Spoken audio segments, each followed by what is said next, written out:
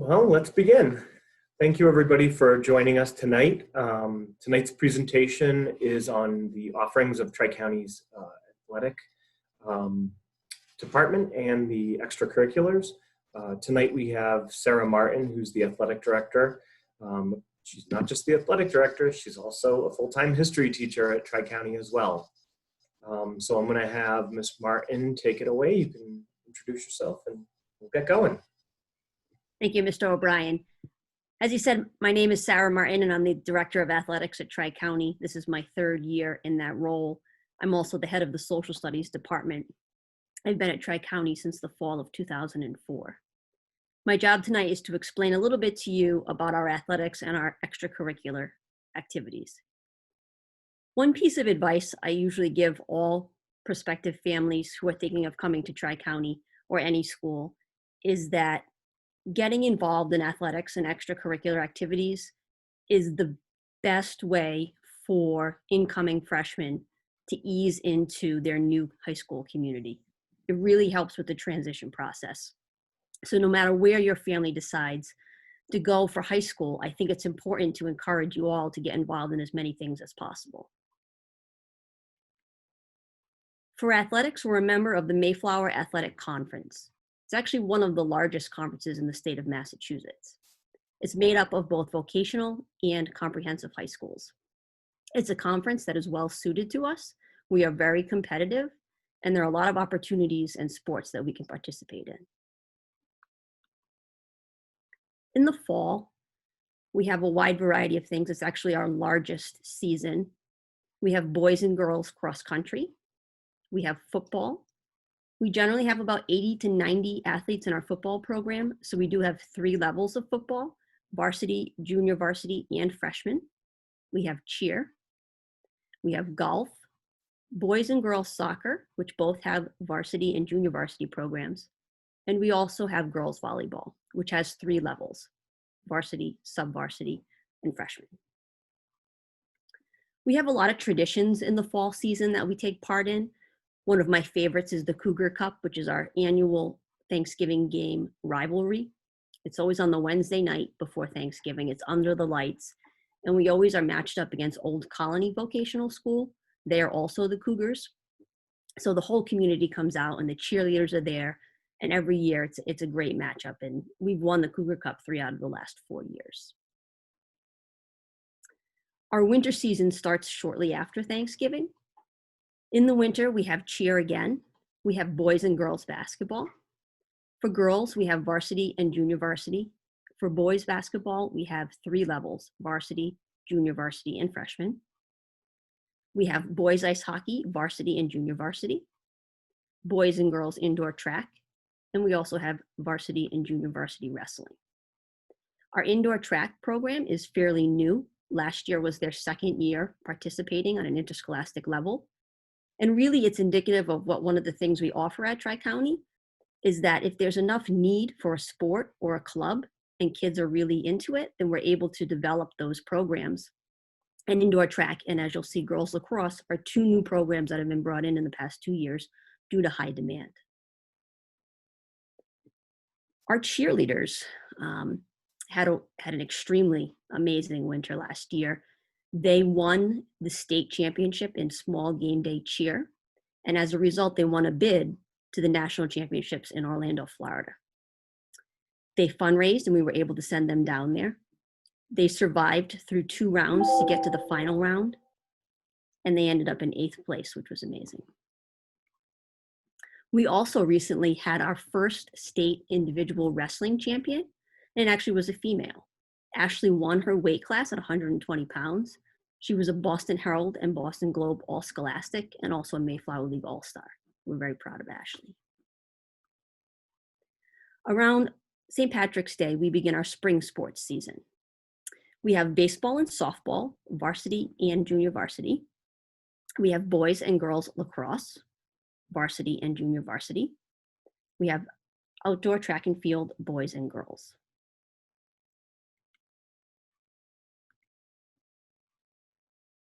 Sorry about that. At this point, I think it's important to take a moment and recognize that our athletes are tremendously busy people. They're in school all day, and then many of them participate in athletics, which usually are 5 to 6 days a week. We always have transportation available after practices and games to take kids home if needed. But in the spring, they're also participating in Skills USA competitions in their trade areas, which I'll talk a little bit about more in a moment. And this picture, I felt it was important to share because almost every single person in this picture who won a medal at the state level is also an athlete. So I think that's really indicative of how driven and how motivated some of our athletes are. Sorry to interrupt, Ms. Martin. Also, the Spanish program as well. Some of our students complete the Bristol Community College Spanish 101 or 102 while playing a sport, and that works out. And I plan to continue that program together and they'll work together. We also, as an athletic department, recognize the achievements of our senior athletes every year. We always have a senior female and male athlete of the year who really embody all of the values that we have at Tri-County. You can see Jordan here and Jenna. They were our last senior athletes of the year. Jordan is at WPI and will be playing football. Jenna is at Regis and chose not to continue her cheer career because she's in the nursing program and the demands are very high. We also recognize the athletes with the highest GPA. And I think the most important award is actually our Cougar Career Achievement Award. These are our athletes who participate in every single possible season they can while they're at Tri-County. None of this would be possible if we didn't have the support of the community and our parents. Our parent organization does a lot to help defray the costs of running the athletic programs. They run the concession stand at football games and cheer competitions. They are in charge of our Cougar store, which sells Cougar apparel and goods, and all of that money comes back to Tri-County in some fashion. Probably the most exciting way that it comes back to Tri-County, at least for our athletes, is through our Letterman jackets, and you can see Cam is modeling one for you here.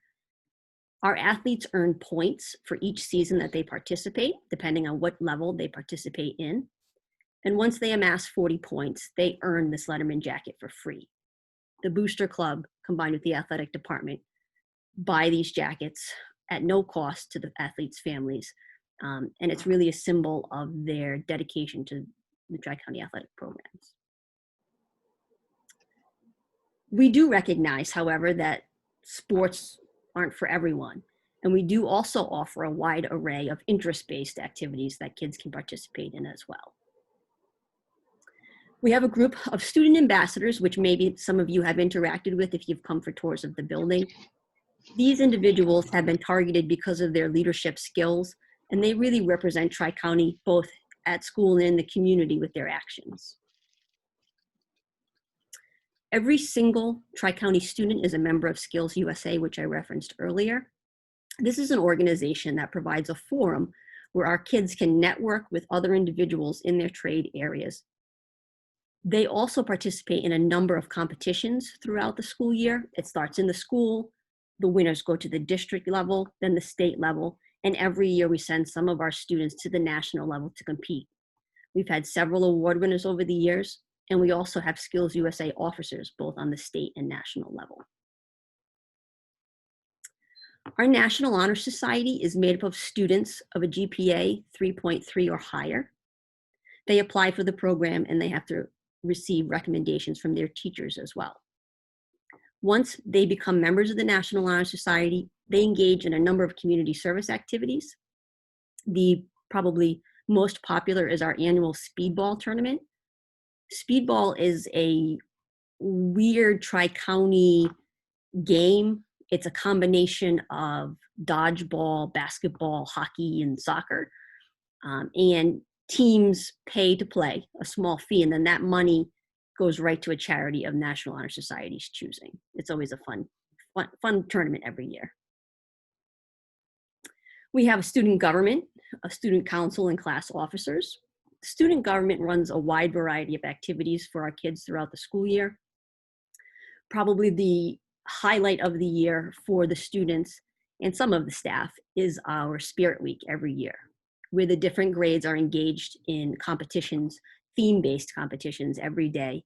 And it culminates in a class competition pep rally at the end of the week, where the grade that earns the most points gets to hold up the cup and the trophy at the end. It's very competitive. These are just some of the other interest-based clubs and activities that we offer. Again, I'd just like to emphasize that if there is a student or a group of students that want to engage in some activities and they have a faculty member who supports that, you can run basically any club that you want. And it would be our anime club, which is run by one of my fellow social studies teachers. Several years ago, we had some students who were really interested in Japanese animation. And they went to Mr. Lang and asked if he would be willing to facilitate their club. And he agreed. And every week this club meets and they discuss Japanese animation. Some weeks they'll read manga, some weeks they'll actually engage in sketching, and some weeks they'll watch anime films. But it was an interest-based club. Another really popular one that we have would be our game club, which is headed up by one of our English teachers, Mr. Heffley. That club gets so large that sometimes they need to play in the cafeteria or in several classrooms. We have a ski club, which they operate 6 weeks of the year out of Wachusett Mountain. And really you see some of the other ones here that have all been born out of some student interest.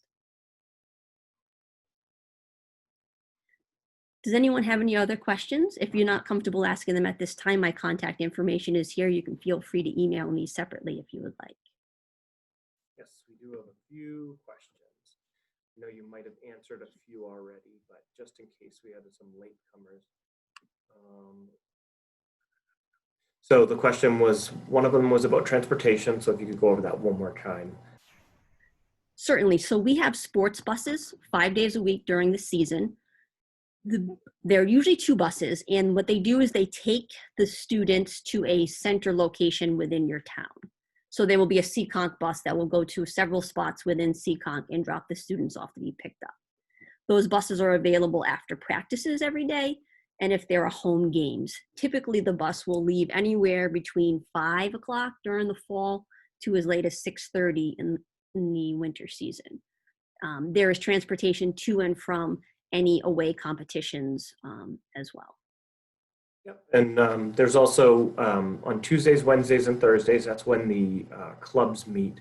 There is a bus that takes off around what would you say? There's a bus that takes off 1 hour after school and then 2 hours after school. Yes, I believe 3:15 and 4:15. Yep. So the students in clubs and other extracurriculars can participate in those buses as well.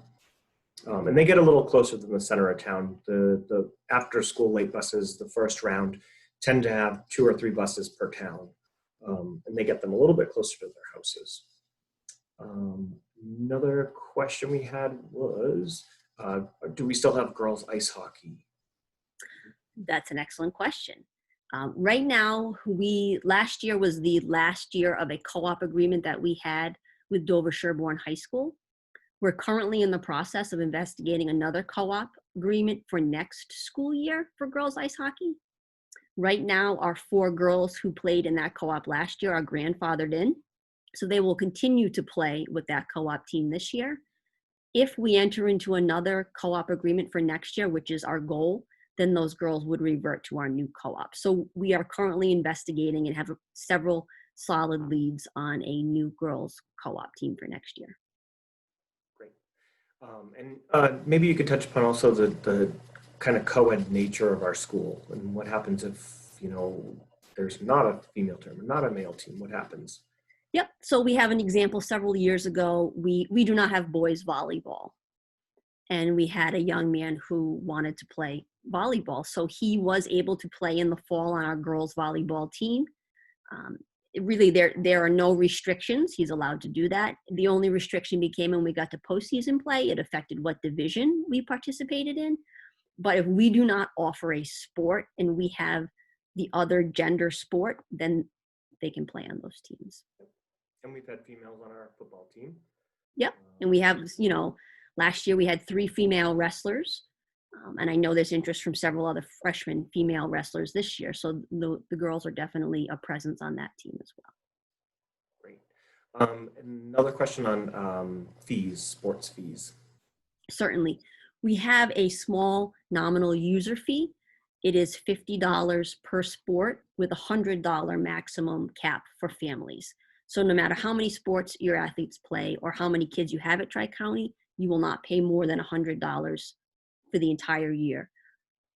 That money goes to help with transportation costs. And the clubs and extracurriculars don't have fees. Correct. I believe the ski club has a fee for the lift. Oh, yeah. Yep. That would be the only club that has a fee. Mm-hmm. And our students participate in skiing or snowboarding or just want to go for fun.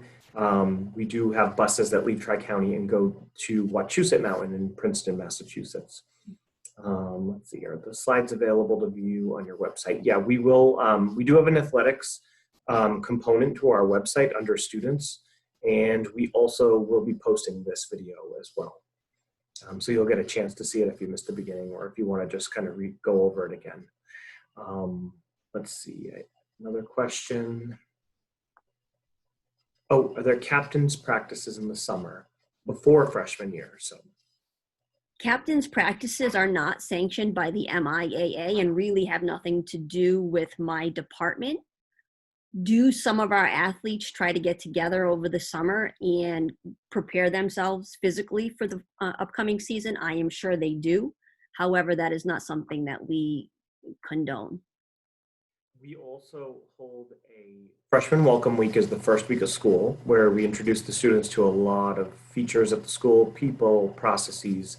But we also have an extracurricular and athletics fair where our freshmen who may not have realized that there's a team or maybe they're just showing some interest can sign up to get a little bit more information. So some freshmen really come into the school year not participating where, you know, in between each year, some schools have students meet up and do practices, but the students that come into Tri-County as freshmen don't need to really participate until they start the school year.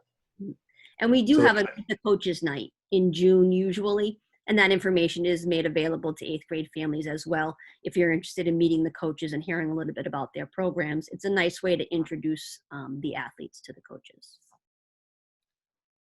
I got one more question. Are there any limits to how many sports students can play? Based on the MIAA guidelines, you're allowed to play one sport per season. You could not play 2 sports in a season. For example, you could not be on the soccer team and also the place kicker on the football team in the same season. Same question for extracurricular clubs. We have students that are in 4 or 5 clubs. We don't have limits. It's just a participation requirement might come from some of the clubs. But ultimately, there's no limit there for how many they can join. That's correct. There are eligibility requirements for both athletics and extracurricular activities. You know, students need to maintain their academics. That's the most important piece. And they also can have to have 4 or fewer unexcused absences. Per term, I think, right? Per term. Oh, we got another question in. What are the academic requirements for maintaining participation in sports and clubs? So each core course is worth a certain number of credits, and electives are also worth a certain number of credits. I believe core courses are worth, and Mr. O'Brien's going to have to correct me here if I mess this up, but core courses are worth 6 credits and electives are worth 2 credits. So a student may not fail more than 8 credits in a trimester. If they do, then they become academically ineligible. However, we just created a policy last school year where they can regain their eligibility at deficiency notice if they're on a contract and they meet certain stipulations. Correct. The next question is there a Bible study group or group for students of faith? We do not currently have a group for students of faith. I'm sure if that was something that there was interest in, that we would investigate offering that. Yep, students are able to, and faculty, are able to start clubs, they go through the Dean of Students office, who handles some of the extracurricular funds and approval. And if there's enough students and a faculty advisor, then the club can begin. I think our school has somewhat of a policy about, and it might just be something we do traditionally. Once the club has existed with membership and a faculty advisor for 3 years, they start to receive funding, as our clubs do have a fund that they can use for things like field trips, guest speakers, and other types of events. And I think that's it for the night. I appreciate everyone's time. Thank you for coming so much. Thank you, Sarah Martin. I appreciate your time as well. Everyone have a great night. And if you have any questions going forward, check out our website, or you can email Miss Martin at martin@tri-county.us, or you can email myself at o'brien@tri-county.us as well. All right. Thank you so much and have a great night. Take care.